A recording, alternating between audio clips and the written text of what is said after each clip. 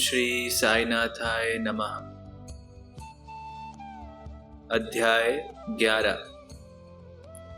सगुण ब्रह्म श्री साई बाबा। डॉक्टर पंडित द्वारा पूजन। हाजी सिद्दीकी फालके। तत्वों पर नियंत्रण। इस अध्याय में अब हम श्री साई बाबा के सगुण ब्रह्म स्वरूप, उनका पूजन तथा तत्व नियंत्रण का वर्णन करेंगे। आइए शुरू करते हैं। सगुण ब्रह्म श्री साई बाबा। ब्रह्म के दो स्वरूप हैं, निर्गुण और सगुण। निर्गुण निराकार है और सगुण साकार है। यद्यपि वे एक ही ब्रह्म के दो रूप हैं, फिर भी किसी को निर्गुण और किसी को सगुण उपासना में दिलचस्पी होती है, जैसा कि गीता के अध्याय 12 में वर्णन किया गया है। सगुण उपासना सरल और श्रेष्ठ है। मनुष्य स्वयं आकार, शरीर, इंद्र आदि में है, इसलिए उसे ईश्वर की साकार उपासना स्वभावतः ही सरल है। जब तक कुछ काल सगुण ब्रह्म की उपासना ना की जाए, तब तक प्रेम और भक्ति में वृद्धि नहीं होती। सगुणोपासना में जैसे जैसे हमारी प्रगति होती जाती है, हम निर्गुण ब्रह्म की ओर अग्रसर होते जाते हैं। इसलिए सगुण उपासना से ही श्री गणेश करना अति उत्तम है। मूर्ति, वेदी, अग्नि, प्रकाश, सूर्य, जल और ब्राह्मण आदि सप्त उपासना की वस्तुएं होते हुए भी सद्गुरु ही इन सब में श्रेष्ठ हैं। श्री साई का स्वरूप आंखों के सम्मुख लाओ, जो वैराग्य की प्रत्यक्ष मूर्ति और अनन्य शरणागत भक्तों के आश्रय दाता हैं।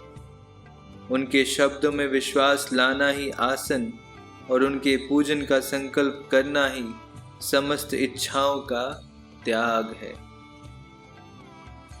कोई कोई श्री साई बाबा की गणना भगवत भक्त अथवा एक महाभागवत में करते थे या करते हैं, परंतु हम लोगों के लिए तो वो ईश्वर अवतार हैं। वे अत्यंत क्षमाशील, शांत, सरल और संतुष्ट थे, जिसकी कोई उपमा ही नहीं दी जा सकती। यद्यपि वे शरीरधारी थे, पर यथार्थ में निर्गुण, निराकार, अनंत और नित्य मुक्त थे। गंगा नदी समुद्र की ओर जाती हुई मार्ग में ग्रीष्म से व्यथित अनेक प्राणियों को शीतलता पहुंचाकर आनंदित करती, फसलों और वृक्षों को जीवन दान देती और जिस प्रकार प्राणियों की शुद्ध शांति करती है, उसी प्रकार श्री साई संत जीवन व्यतीत करते हुए भी दूसरों को सांत्वना और सुख पहुंचाते हैं। भगवान श्री कृष्ण ने कहा है, संत ही मेरी आत्मा है। वे मेरी जीवन प्रतिमा और मेरे ही विशुद्ध रूप हैं। मैं स्वयं वही हूँ। ये अवर्णीय शक्तियाँ या ईश्वर की शक्ति, जो कि सत, चित्त और आनंद है, शिरडी में साईं रूप में अवतीर्ण हुई थी। श्रुति में ब्रह्म को आनंद कहा गया है। अभी तक ये विषय केवल पुस्तकों में पढ़ते और सुनते थे, परंतु भक्तगण ने शिरडी में इस प्रकार का प्रत्यक्ष आनंद पा लिया है। बाबा सबके आश्रय दाता थे। उन्हें किसी की सहायता की आवश्यकता ना थी। उनके बैठने के लिए भक्तगण एक मुलायम आसन और एक बड़ा तकिया लगा देते थे। बाबा भक्तों के भावों का आदर करते और उनकी इच्छा अनुसार पूजन आदि करने देने में किसी प्रकार की आपत्ति ना करते थे। कोई इत्र और चंदन लगाते, कोई सुपारी, पान और अन्य वस्तुएं भेंट करते और कोई नैवेद्य ही अर्पित करते थे।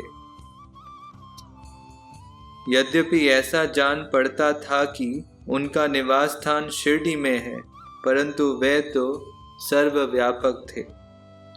इसका भक्तों ने नित्य प्रति अनुभव किया। ऐसे सर्वव्यापक गुरुदेव के चरणों में मेरा बार बार नमस्कार है।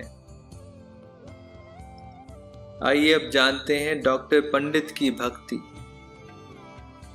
एक बार श्री तात्या नूलकर के मित्र डॉक्टर पंडित बाबा के दर्शनार्थ शिरडी पधारे।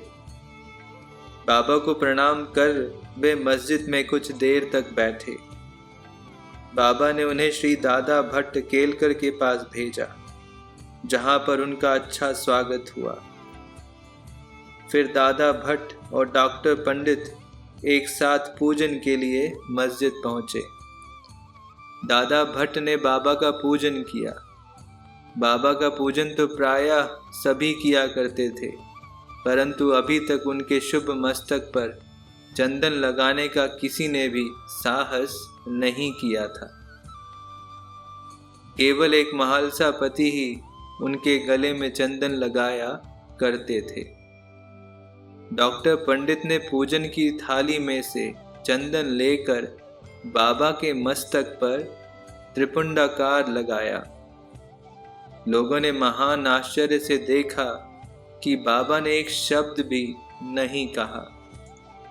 संध्या समय दादा भट्ट ने बाबा से पूछा, क्या कारण है कि आप दूसरों को तो मस्तक पर चंदन नहीं लगाने देते, परंतु डॉक्टर पंडित को आपने कुछ भी नहीं कहा?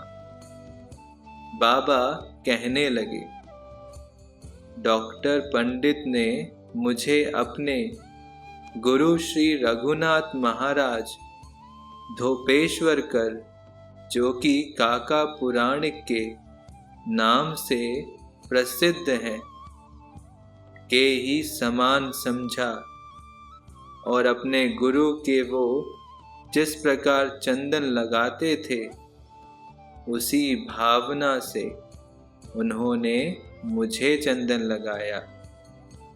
तब मैं कैसे रोक सकता था? पूछने पर डॉक्टर पंडित ने दादा भट्ट से कहा कि मैंने बाबा को अपने गुरु काका पुराणिक के समान जानकर ही उन्हें त्रिपुंडाकार चंदन लगाया है, जिस प्रकार मैं अपने गुरु को सदैव लगाया करता था।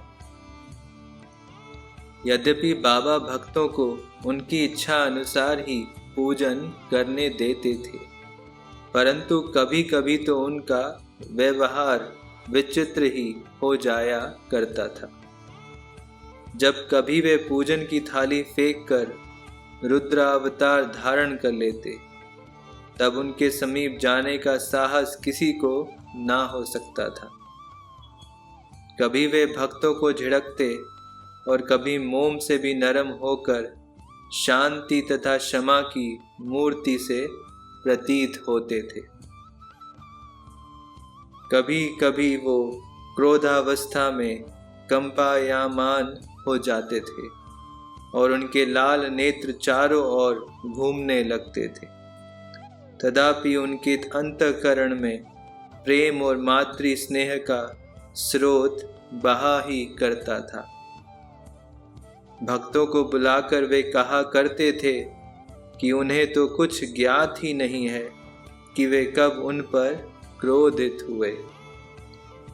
यद्यपि ये संभव हो कि समुद्र नदियों को लौटा दे, तो वे भक्तों के कल्याण की भी उपेक्षा कर सकते हैं। वे तो भक्तों के समीप ही रहते हैं और जब भक्त उन्हें पुकारते हैं, वे तुरंत ही उपस्थित हो जाते हैं।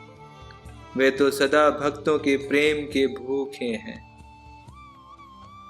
आइए अब जानते हैं हाजी सिद्दीक फाल्के के बारे में। ये कोई नहीं कह सकता कि कब श्री साईं बाबा अपने भक्त को अपना कृपा पात्र बना लेंगे। यह उनकी इच्छा पर निर्भर था।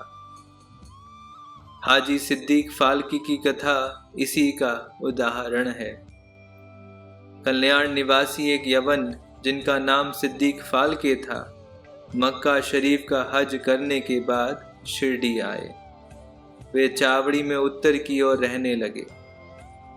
वे मस्जिद के सामने खुले आंगन में बैठा करते थे।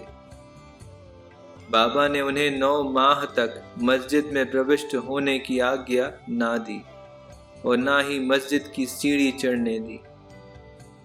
फाल्के बहुत निराश हुए और कुछ निर्णय ना कर सके कि कौन सा उपाय काम में लाएं। लोगों ने उन्हें सलाह दी कि आशा ना त्यागो। श्यामा श्री साईं बाबा के अंतरंग भक्त हैं। तुम उनके ही द्वारा बाबा के पास पहुंचने का प्रयत्न करो। जिस प्रकार भगवान शंकर के पास पहुंचने के लिए नंदी के पास जाना आवश्यक होता है, उसी प्रकार बाबा के पास भी श्यामा के द्वारा ही पहुंचना चाहिए। फाल्के को ये विचार उचित प्रतीत हुआ और उन्होंने श्यामा से सहायता की प्रार्थना की। श्यामा ने भी आश्वासन दे दिया और अवसर पाकर वे बाबा से इस प्रकार बोले कि बाबा, आप उस बूढ़े हाजी को मस्जिद में किस कारण नहीं आने देते? अनेक भक्त स्वेच्छा पूर्वक आपके दर्शन को आया जाया करते हैं। कम से कम एक बार तो उसे आशीष दे दें। बाबा बोले, श्यामा, तुम अभी नादान हो। यदि अल्लाह नहीं आने देता है तो मैं क्या करूं?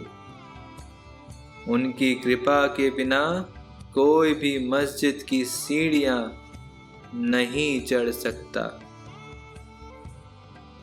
अच्छा, तुम उससे पूछ आओ कि क्या वह 12वीं कुएं की निचली पगडंडी पर आने को सहमत है।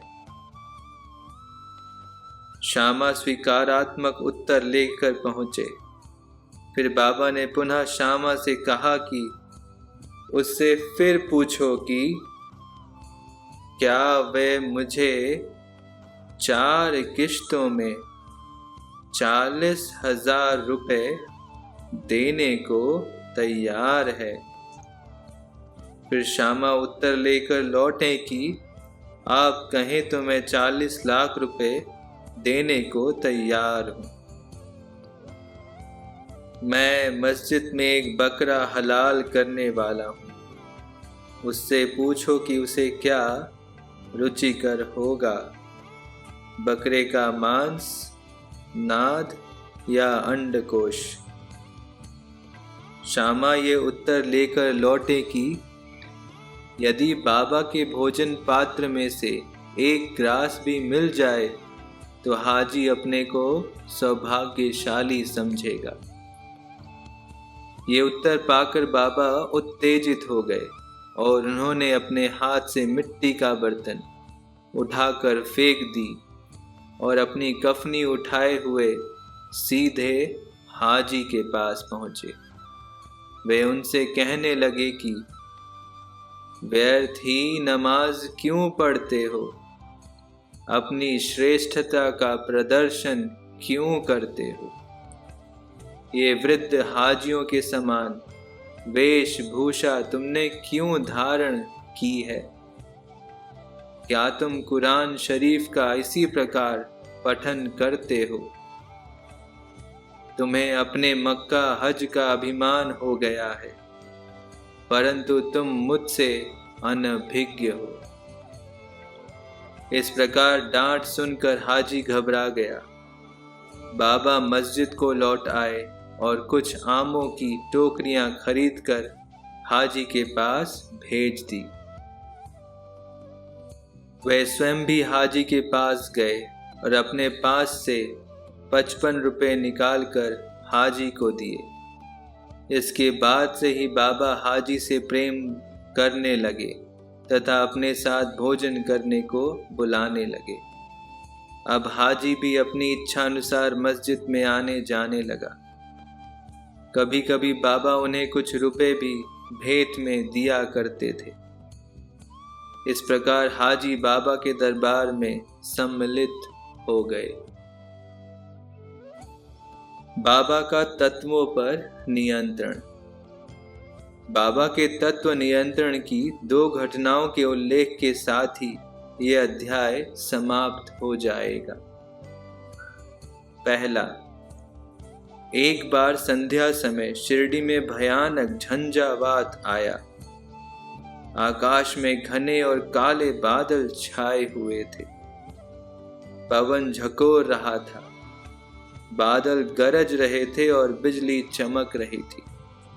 मूसलाधार वर्षा प्रारंभ हो गई। जहां देखो वहां जल ही जल दृष्टिगोचर होने लगा। सब पशु पक्षी और शिरडीवासी अधिक भयभीत होकर मस्जिद में एकत्रित हुए। शिरडी में देवियां तो अनेक हैं, परंतु उस दिन सहायतार्थ कोई नहीं आई। इसलिए सभी ने अपने भगवान साईं से, जो भक्ति के ही भूखे थे, संकट निवारण करने की प्रार्थना की। बाबा को भी दया आ गई और वे बाहर निकल आए। मस्जिद के समीप खड़े होकर उन्होंने बादलों की ओर दृष्टि कर गरजते हुए शब्दों में कहा कि बस शांत हो जाओ। कुछ समय के बाद ही वर्षा का जोर कम हो गया और पवन मंद पड़ गई तथा आंधी भी शांत हो गई। आकाश में चंद्रदेव उदित हो गए। तब सब लोग अति प्रसन्न होकर अपने अपने घर लौट आए। एक अन्य अवसर पर मध्याह्न के समय धूनी की अग्नि इतनी प्रचंड होकर जलने लगे कि उसकी लपटें ऊपर छत तक पहुंचने लगी। मस्जिद में बैठे हुए लोगों की समझ में ना आता था कि जल डालकर अग्नि शांत कर दे अथवा कोई अन्य उपाय काम में लावे। बाबा से पूछने का साहस भी कोई नहीं कर पा रहा था, परंतु बाबा शीघ्र परिस्थिति को जान गए। उन्होंने अपना सटका उठाकर सामने के खंबे पर बलपूर्वक प्रहार किया और बोले, नीचे उतरो और शांत हो जाओ। सटके की प्रत्येक ठोकर पर लपटें कम होने लगी और कुछ मिनटों में ही धूनी शांत और यथापूर्वक हो गई। श्री साई ईश्वर के अवतार हैं। जो उनके सामने नत होकर उनके शरणागत होगा, उस पर वे अवश्य कृपा करेंगे। जो भक्त इस अध्याय की कथाएं प्रतिदिन श्रद्धा और भक्ति पूर्वक पठन करेगा, उसका दुखों से शीघ्र ही छुटकारा हो जाएगा। केवल इतना ही नहीं, वरन उसे सदैव श्री साई चरणों का स्मरण बना रहेगा और उसे अल्प काल में ही ईश्वर दर्शन की प्राप्ति होकर उसकी समस्त इच्छाएं पूर्ण हो जाएंगी और इस प्रकार वह निष्काम बन जाएगा। श्री सद्गुरु साईनाथार्पणमस्तु। शुभम भवतु। जय साई राम।